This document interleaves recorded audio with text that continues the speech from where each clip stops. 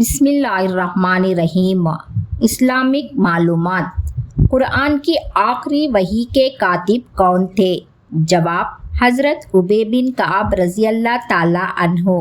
حمد ہے اس رب کی جس نے میری امت میں تم جیسے آدمی کو پیدا کیا۔ نبی پاک صلی اللہ علیہ وسلم کے یہ الفاظ کس صحابی کے بارے میں ہے؟ جواب: حضرت سالم رضی اللہ تعالیٰ عنہ۔ آج رحمان ہل گیا یا آج عرش ہل گیا؟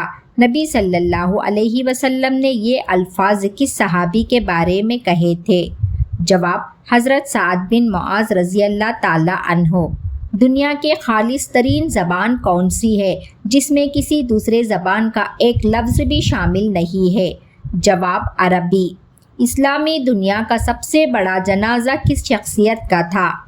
جواب: مصر کے صدر جمال عبد الناصر۔ ابو الاضیاف کس کی کنیت تھی؟ جواب: حضرت ابراہیم علیہ السلام۔ دنیا کی سب سے پہلی طلاق کس نے دی؟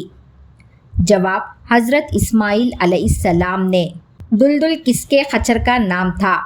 جواب: حضرت محمد صلی اللہ علیہ وسلم۔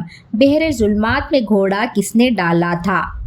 جواب: حضرت سعد بن ابی وقاص رضی اللہ تعالیٰ عنہ نے۔